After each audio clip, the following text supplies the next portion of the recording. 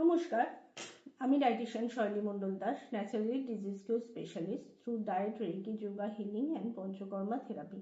আজকে আমরা কথা বলবো প্রোবায়োটিক কি। প্রোবায়োটিক হলো এমন একটি মাইক্রো অর্গানিজম যেগুলো আমাদের শরীরে, অর্থাৎ ভালো ব্যাকটেরিয়া, যেগুলো আমাদের শরীরে খাদ্যের মাধ্যমে যদি আমরা খেতে পারি তাহলে ভেতরে গিয়ে আমাদের শরীরের ভালো ব্যাকটেরিয়া তৈরি করে এবং খারাপ ব্যাকটেরিয়াকে মারে। এবং এই ভালো ব্যাকটেরিয়া যেগুলো আমাদের শরীরের ভেতর যায় খাদ্যের মাধ্যমে, সেগুলো কিন্তু আমাদের ডাইজেস্টিভ সিস্টেমকে উন্নত করে এবং লিভারকে ঠিক রাখে। এবার আমরা জানবো যে আমরা এই যে প্রোবায়োটিক যে খাবো সেটা আমরা ন্যাচারালি কোন খাবারের মাধ্যমে পেতে পারি। ন্যাচারালি সব থেকে ভালো খাবার যেটা হলো সেটা হলো টক দই। ঘরে পাতা টক দই যদি রেগুলার আপনারা খাবার পরে এক বাটি করে খেতে পারেন তাহলে কিন্তু আপনার শরীরে ভালো ব্যাকটেরিয়া যাবে, যেগুলো আমাদের শরীরের খারাপ ব্যাকটেরিয়াগুলোকে মারতে সাহায্য করবে। তাহলে দেখে নিই টক দইকে কেন প্রোবায়োটিক বলা হয়। টক দই ভালো ব্যাকটেরিয়া সরবরাহ করে। টক দইতে প্রধানত থাকে ল্যাক্টোব্যাসিলাস। এই ব্যাকটেরিয়া আমাদের অন্ত্রে গিয়ে বসবাস করে এবং ক্ষতিকর ব্যাকটেরিয়ার বিরুদ্ধে লড়াই করে। টক দই গাট মাইক্রোবায়োমকে ব্যালেন্স করে।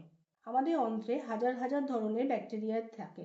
টক দই খেলে ভালো ব্যাকটেরিয়ার সংখ্যা বাড়ে, খারাপ ব্যাকটেরিয়া কমে, ফলে গাট হেলথ ভালো থাকে। আমরা যদি রেগুলার টক দই খেতে পারি তাহলে আমরা হজম শক্তি উন্নত করে। টক দই খাবার ভাঙতে সাহায্য করে, ল্যাকটোজ হজমে সাহায্য করায় এবং যারা দুধ হজম করতে পারে না তারাও কিন্তু যারা দুধ হজম করতে পারে না তারা দই সহজে খেতে পারেন। আমরা যদি রোজ টক দই খাই তাহলে আমাদের শরীরে ইমিউনিটি শক্তি বাড়ে।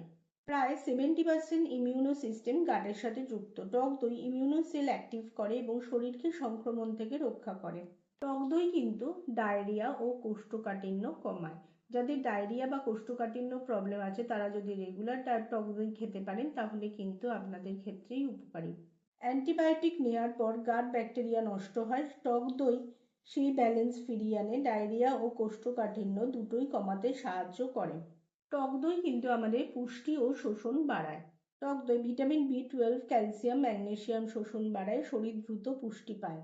এবার জানবো যে হোমমেড টক দই কিন্তু আপনাকে খেতে হবে, অর্থাৎ রোজ ঘরে পাতা টক দই যদি 1 থেকে 2 বাটি আপনি দিনে 2 বার নিতে পারেন তাহলে যাদের অ্যান্টিবায়োটিক খেয়ে শরীরে ইমিউনিটি সিস্টেম নষ্ট হয়ে গেছে তার জন্য রোজই রোগে আক্রান্ত হন বা ব্যাকটেরিয়ার আক্রান্ত হন, ইনফেকশন হয়, সর্দি কাশি হয়, পেটের প্রবলেম হয়, ডায়রিয়া কোষ্ঠকাঠিন্য যাদের আছে তাদের কিন্তু, এবং ইভেন ওবেসিটি কন্ট্রোল করতে কিন্তু টক দই একটি ভালো খাবার।